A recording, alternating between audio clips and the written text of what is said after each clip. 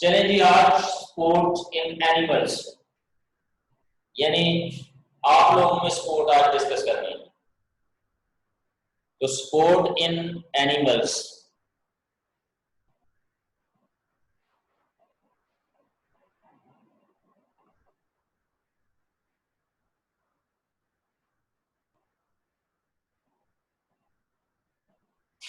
Plant में sport और movement दोनों फैक्टर हमने डिस्कस कर लिए।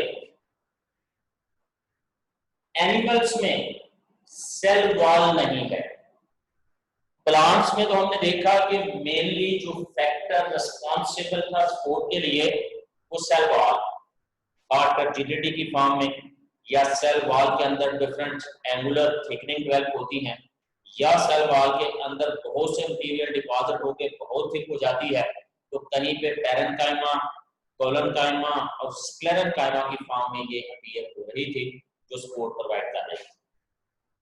एनिमल्स में सेल वॉल नहीं, animals without cell wall.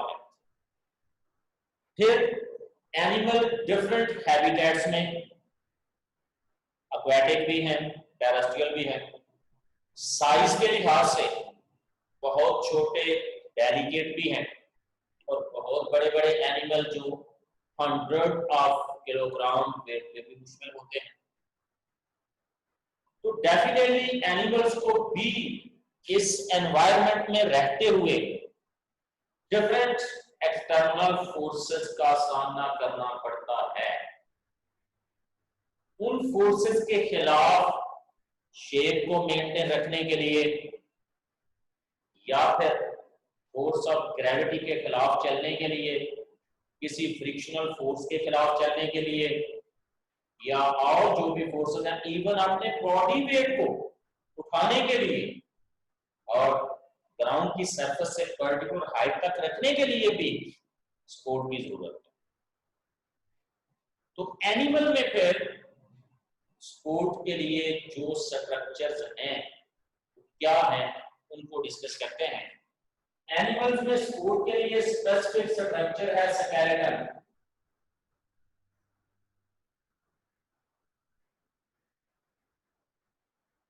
Word skeleton जो ड्राइव किया वो स्केलेटोस,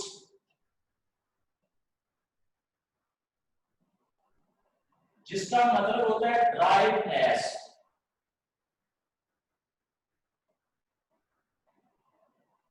यानी बता रहा हूं आपको कि ये वर्ड कहां से ड्राइव किया गया, स्केलेटोस से, जिसका मतलब ड्राइवनेस, ड्राइव।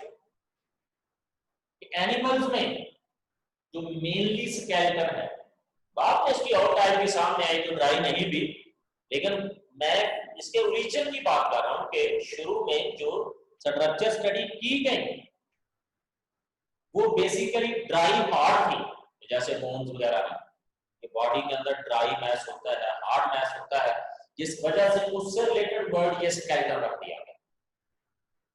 लेकिन आज के दौर में ये स्केलेटन क्या चीज है कि वो एजेंट्स, वो यूनिट, वो सिस्टम जो बॉडी को सपोर्ट और मूवमेंट में हेल्प करता है।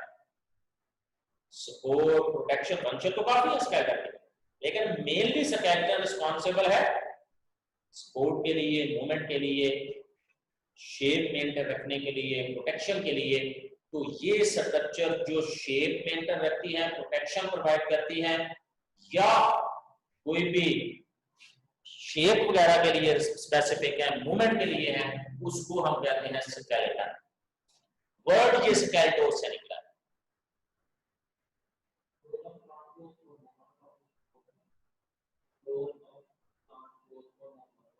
कौन पूछ रहा है?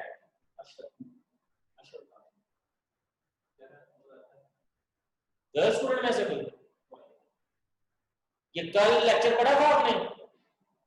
जो भी पूछ रहा है चलिए सुंदर पता चल गया टाइम।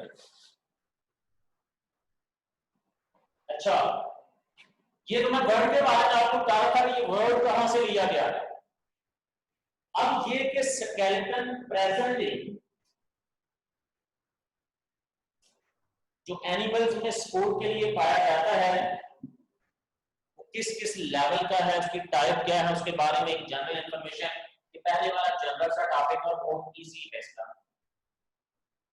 पहले ये भी बात ध्यान में रखना कि स्केलेटन सभी एनिमल्स में नहीं होता, यानी ये नहीं हम कह सकते कि 100% एनिमल या एनिमल लाइफ जो ऑर्गेनिज्म में स्केलेटन है, बाद में नहीं भी होता।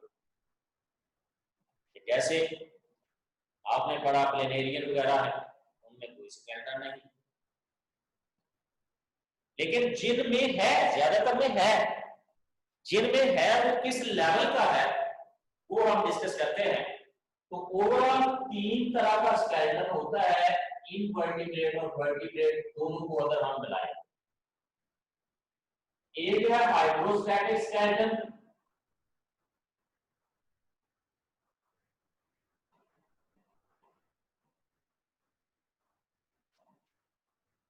दूसरा है एक्सोस्केलेटन,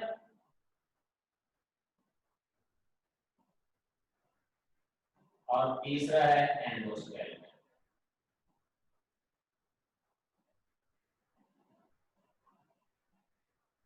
मेरे ख्याल में अब आपको एक पॉइंट याद आया होगा कि पार्ट 1 में सेकंड चैप्टर में जब मैंने वाटर की इंपॉर्टेंस आपको बताई थी, उसमें एक पॉइंट मैंने लिखवाया था कि water as a hydrostatic skeleton. कि बाकी तो वाटर की इंपॉर्टेंस है ही, वाटर के फंक्शंस हैं ही, लेकिन वाटर हाइड्रोस्टैटिक स्केलेटन के तौर पे भी एक्ट करता है। अब वो पॉइंट आ गया यहाँ पे, हाइड्रोस्टैटिक स्केलेटन। ये प्रिमिटिव टाइप ऑफ स्केलेटन है, कुछ इनवर्टिब्रेट्स में पाया जाता है कि उनमें वैसे कोई स्पेसिफिक बोन या बोन लाइक टिश्यू नहीं होता।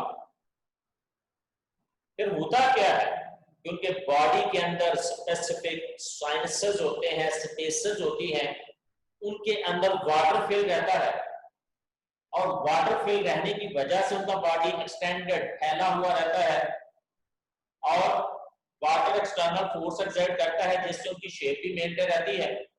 मसल जब कंट्रैक्ट और रिलैक्स करते हैं तो उससे वाटर के ऊपर फोर्स, और वाटर आगे से जब मूव करेगा तो वो भी साथ मूवमेंट के लिए रिस्पांसिबिलिटी भी आएगी। तो लिहाजा वो स्केलेटन के जो वाटर में मुश्किल है, water filled sacs, water filled cavities, water filled का वो सेंट्रल स्पेस को, ऐसे स्केलेटन को हम हाइड्रोस्टैटिक स्केलेटन कहते हैं। किन किन एनिमल्स में पाया जाता है जरा गौर करना।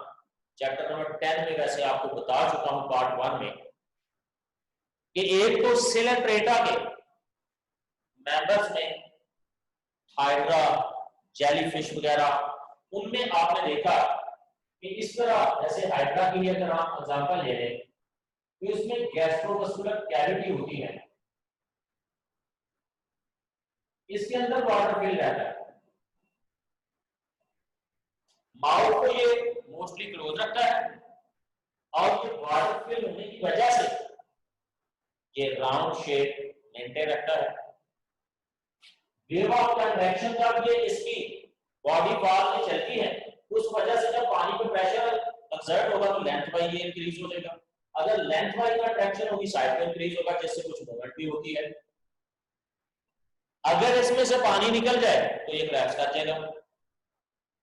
इसी तरह एक तरफ तो हो गया ये फाइलम सिलेंट्रेटा, नाइडेरियन जिनको कहते हैं, इनमें हाइड्रोस्टैटिक स्केलेटन है। फाइलम एनिलिडा, अर्थवर्म, लीच वगैरह, उसमें भी आपने पढ़ा कि वाटर फिल्ड सैक्स होती हैं, उनके अंदर जब तक वाटर मौजूद रहेगा उनकी सिलेंड्रिकल शेप मेंटेन रहेगी।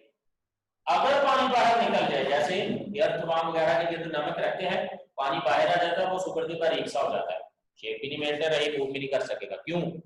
कि वो जो हाइड्रोस्टैटिक स्केलेटन था उसने ही उसको सपोर्ट प्रोवाइड की हुई थी, वही शेप मेंटेन किया, वो साथ हेल्प करता है मूवमेंट में भी, लोकोमोशन में भी। इसलिए फिर तीसरे नंबर पे हाइड्रोस्टैटिक स्केलेटन फाइलम मोलस्का के मेंबर्स में। मोलस्का में नो डाउट एक तरफ एक्सोस्केलेटन भी है, यानी शेल होता है उनके लिए, लेकिन एक्सोस्केलेटन के साथ साथ उनमें हाइड्रोस्टैटिक स्केलेटन भी पाया जाता है। ये जो 3 फाइला है इनवर्टिब्रेट के, इनमें हाइड्रोस्टैटिक स्केलेटन है, लेकिन ये अभी प्रिमिटिव लेवल का वाटर फील्ड सेल्स है, कोई स्पेसिफिक टिश्यू पे मुश्तमिल के स्केलेटन नहीं है। हाँ, वो टिश्यू जो इन्वॉल्व है वो साइनस, स्पेस, इस तरह की जो भी है वो इन्वॉल्व होगी, तो वैसे वाटर स्पोर्ट कर रहा होगा। अगर वाटर अवेलेबल नहीं तो ये सपोर्ट प्रोवाइड नहीं होगी, एनिमल की शेप भी मेंटेन नहीं रहेगी, मूवेबिलिटी भी इफेक्ट हो जाएगी और हर लिहाज से वो फिर सपोर्टिव नहीं रहेगा। दूसरे नंबर पे है एक्सोस्केलेटन, जो इससे एडवांस है। एक्सोस्केलेटन, एक्सो मीन आउटसाइड, बाहर की तरफ के वो स्केलेटन, वो सपोर्टिव स्ट्रक्चर जो बॉडी से बाहर होती है, बॉडी इनके अंदर एनक्लोज होगा, स्केलेटन बाहर होगा और मसल्स वगैरह इसके अंदर अटैच होंगे, बाहर कवरिंग है। अगर तो कोई भी सपोर्टिव स्ट्रक्चर बॉडी से बाहर है और ड्राई मैस वगैरह के फॉर्म में, तो उसको हम कहते हैं एक्सोस्केलेटन। एक्सोस्केलेटन आगे फिर केमिकल कंपोजिशन और एवोल्यूशनरी पॉइंट ऑफ व्यू से 2 तरह का है, एक है कैलकेरियस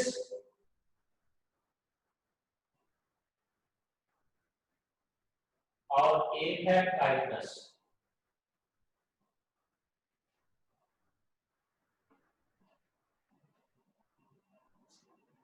कैलकेरियस कैल्शियम कार्बोनेट पे मुश्तमिल और कैलकेरियस एक्सोस्केलेटन पाया जाता है फाइलम मोलस्का के मेंबर में। क्या आपने पढ़ा मोलस्केंस को शेल्ड एनिमल्स भी कहते हैं। क्यों शेल्ड एनिमल्स कहते हैं? कि उनके गिर्द एक स्पेसिफिक ग्लैंडुलर मेम्ब्रेन होती है, मेंटल मेम्ब्रेन। उस मेंटल मेम्ब्रेन से कैल्शियम कार्बोनेट सेक्रीट होता है, वो कैल्शियम कार्बोनेट डिपॉजिट हो जाता है उनके गिर्द, जैसे कि आपने वाटर मसल में देखा, या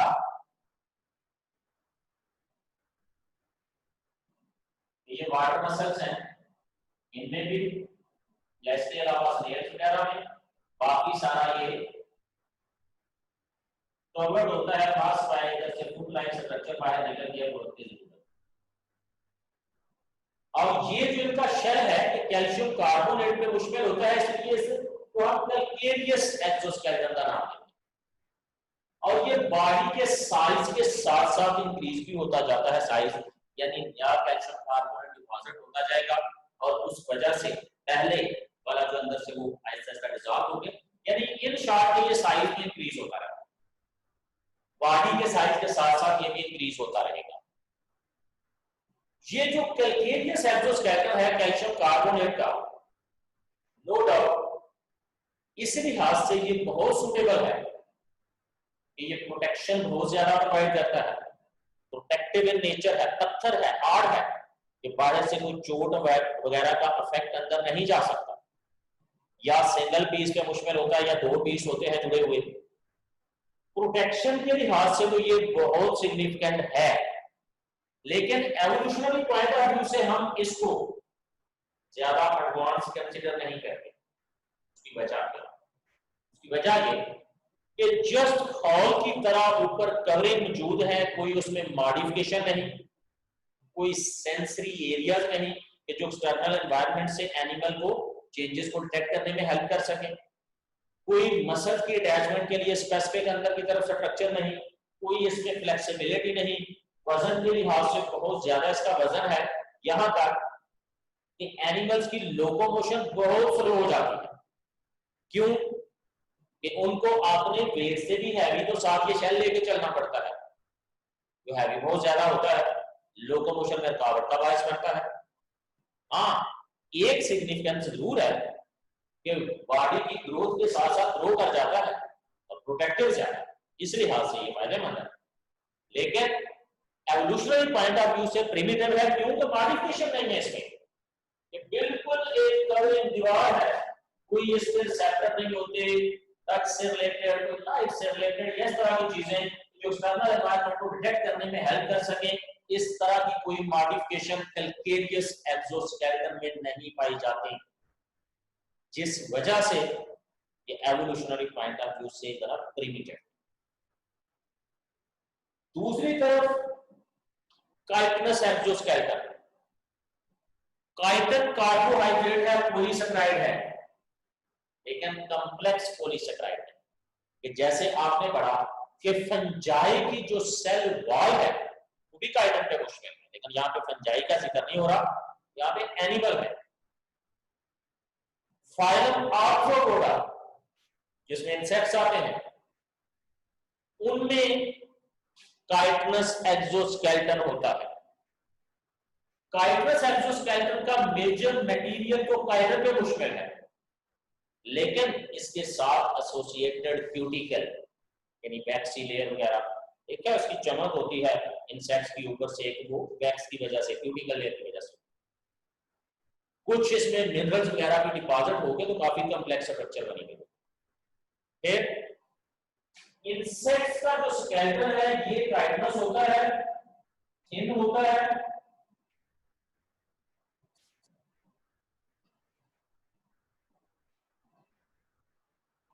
यानी ये इतना हैवी नहीं होता, और जॉइंटेड होता है। जॉइंटेड से बराबर कि उसकी तरह पूरा एरिया दो पीस नहीं, बल्कि ऐसा होता है कि ये जैसे एनिमल जॉइंटेड होता है इसी तरह से स्केलेटन के भी आगे पीस बने होंगे।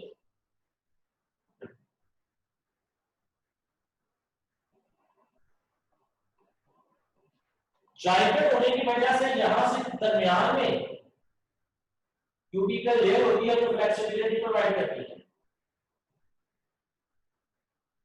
यानी सिंगल स्टैचू की फॉर्म में नहीं बल्कि पीसेस की फॉर्म में। जैसे सपोज कि ये एक अगर पीस है इस तरह, ये आगे वाला पीस है, तो इन दोनों के दरमियान क्यूटिकल लेयर होगी, जिस वजह से इसमें फ्लेक्सिबिलिटी आ जाएगी।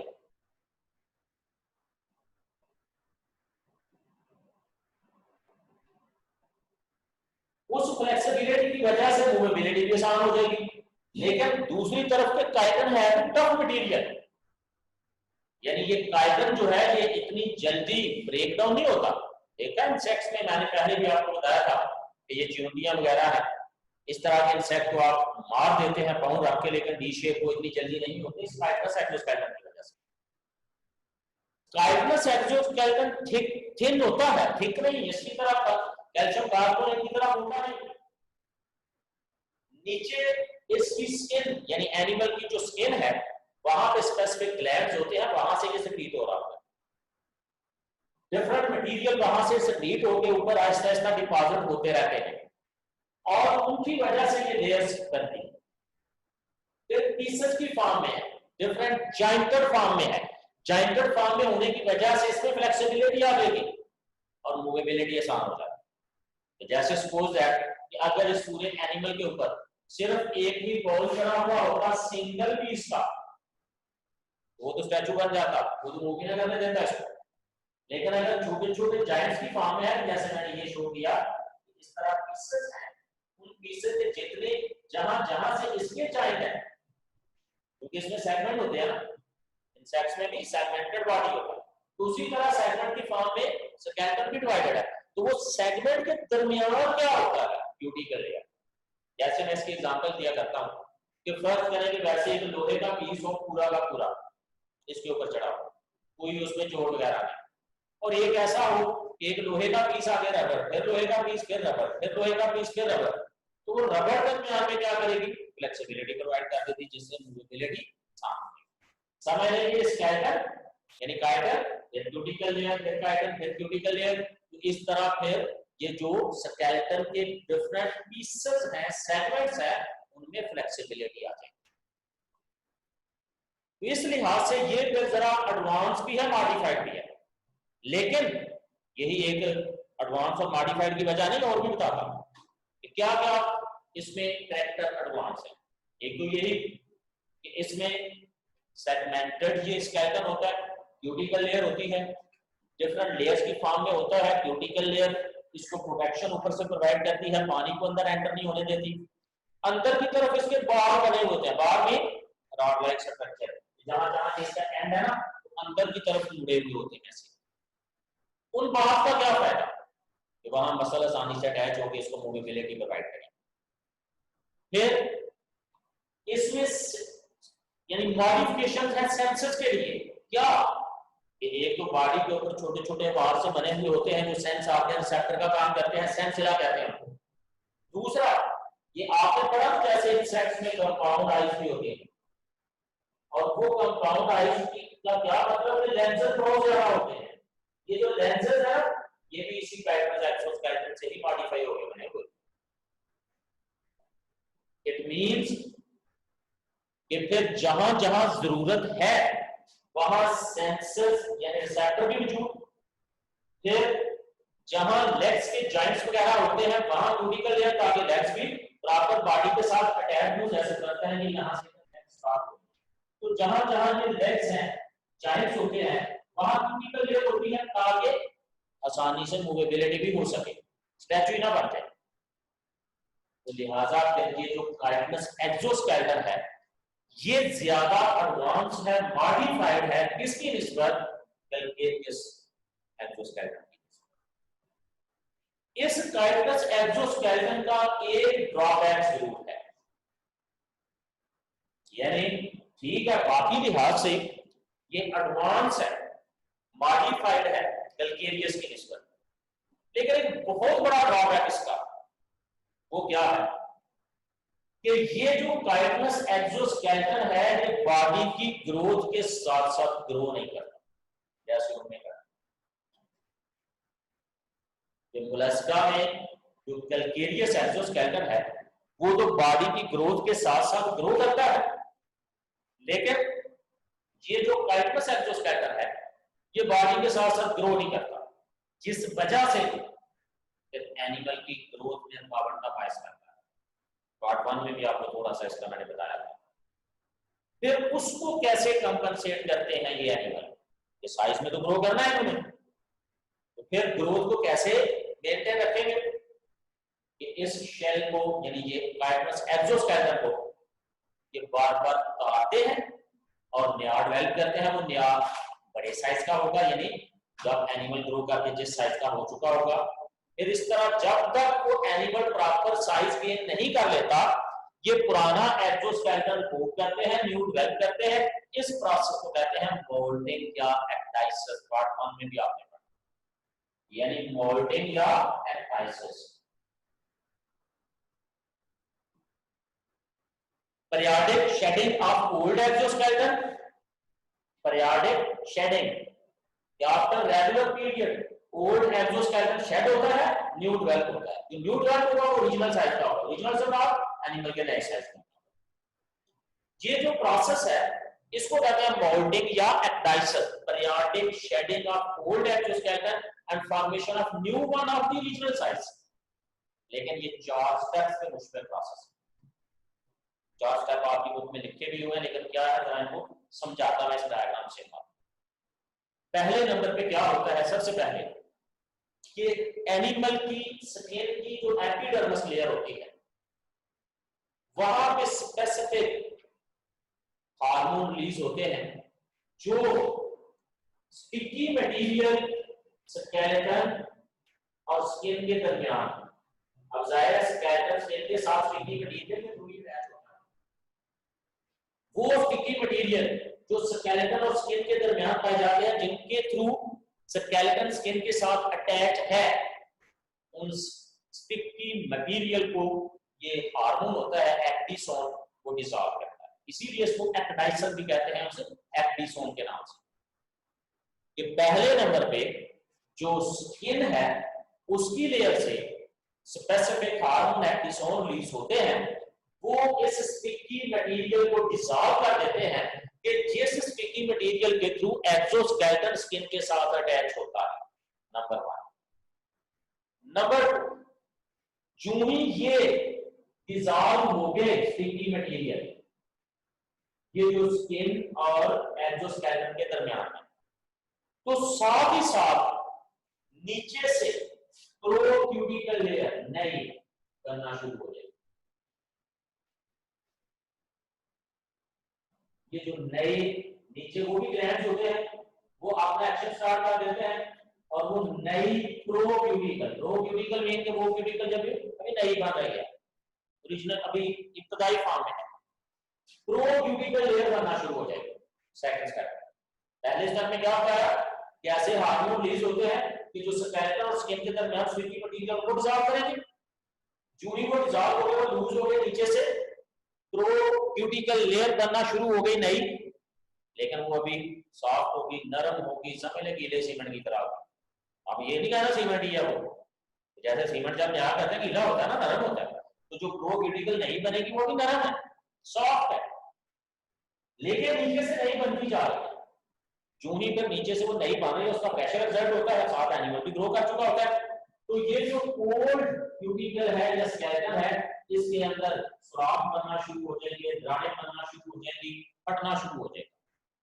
लूज होने की वजह से फिर टूटना शुरू हो जाता है, इसमें दरारें सुराख वगैरह बनना शुरू हो जाएंगे, क्योंकि नीचे से नहीं तो बनना शुरू हो गई। तो पहले वाली में दरारें, होल्स यानी क्रैक्स वगैरह आना शुरू हो जाएंगे, वो उतरना शुरू हो जाएगी। फिर जब वो उतरना शुरू हो गई, नीचे से जो नई बन रही होती है वो भी सफिशिएंट थिकनेस गेन कर लेती है, उसके अंदर फिर मजीद मटेरियल डिपॉजिट होते हैं, सॉल्ट्स, मिनरल्स, मुख्तलिफ मटेरियल डिपॉजिट होके वो हार्ड होना शुरू हो जाता है। जब वो हार्ड हो गई, मीनवाइल ये सारी उतर जाती है और वो जो नई है वो नए स्केलेटन के तौर पे एक्ट करना शुरू होती है। लेकिन यहां पे मसला आता है जरूर कि जब ये ओल्ड एक्सोस्केलेटन इसने रिमूव कर दिया, नीचे वाला भी हार्ड नहीं हुआ, नरम होता है, उस वक्त ये एनिमल वल्नरेबल होगा। वल्नरेबल से मुराद आसानी से किसी दूसरे का शिकार हो सकता है, नवाला बन सकता है। इसलिए जब फिर ओल्ड एक्सोस्केलेटन जो डूब के उतर चुका होता है, यहाँ भी हार्ड नहीं हुआ होगा, तो उतनी देर के लिए, कुछ देर के लिए अपने आप को छुपा लेता है, कहीं छुप के बैठ जाता है, तब हार्ड होता है फिर। इसी तरह फिर पीरियोडिक शेडिंग होती रहती है एक्सोस्केलेटन की, अपने आप बनता रहता है।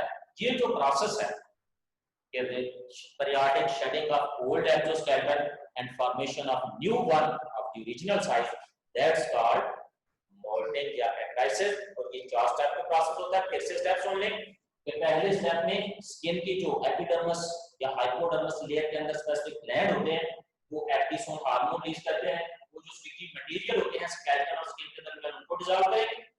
दूसरे नंबर पे न्यू प्रोक्यूटिकल बनना शुरू हो जाएगी, जो स्किन के अंदर ही ग्लैंड से बनना शुरू होती है, लेकिन अभी लिक्विड फॉर्म में, सेमी सॉलिड फॉर्म में।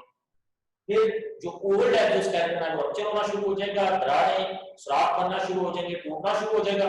और चौथे नंबर पे hardening of the new procuticle layer, नई जो प्रोक्यूटिकल बनी उसके अंदर मटेरियल डिपॉजिट वो हार्ड होती है। ये 4 स्टेप में प्रोसेस कंप्लीट होता है मोल्डिंग। ये है एक्सोस्केलेटन का। आगे तक एंडोस्केलेटन, ये इंशाल्लाह कल डिस्कस।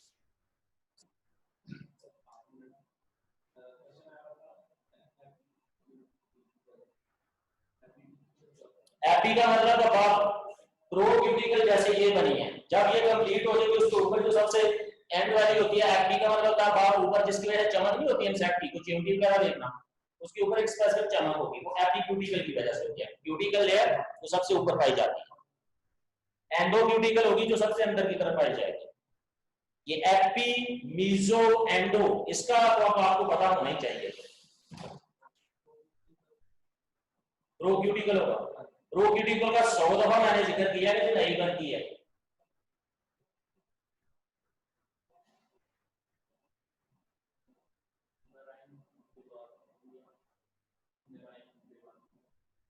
क्या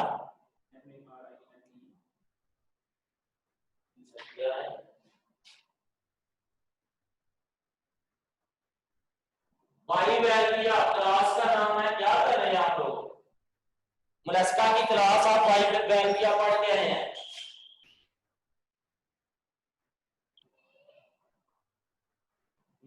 नस्ल जिनको कहते हैं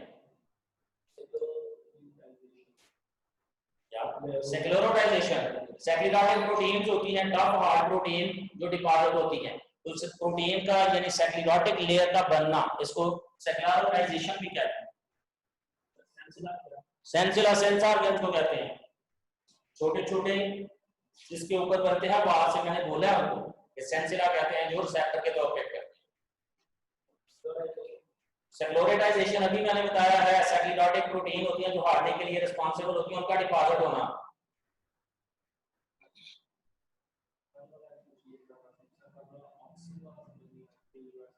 ऑक्सिन हार्मोन का नाम है, और वो ग्रोथ रेट को इंक्रीज करते हैं स्टेम में, और रूट में ग्रोथ रेट को डिक्रीज करते हैं। जहां पे भी उनकी अमाउंट रूट में हाई होगी तो वहां ग्रोथ रेट डिक्रीज होगा, और अगर शूट में हाई होगी तो इंक्रीज होगा। वो आप फिर मजीद अगर समझ ना होगा तो जब क्लास में सामने होंगे तो फिर पूछ लेना अगर नहीं समझ आए। वैसे तो मैंने बहुत देर लगा के डायग्राम के साथ आपको समझाया।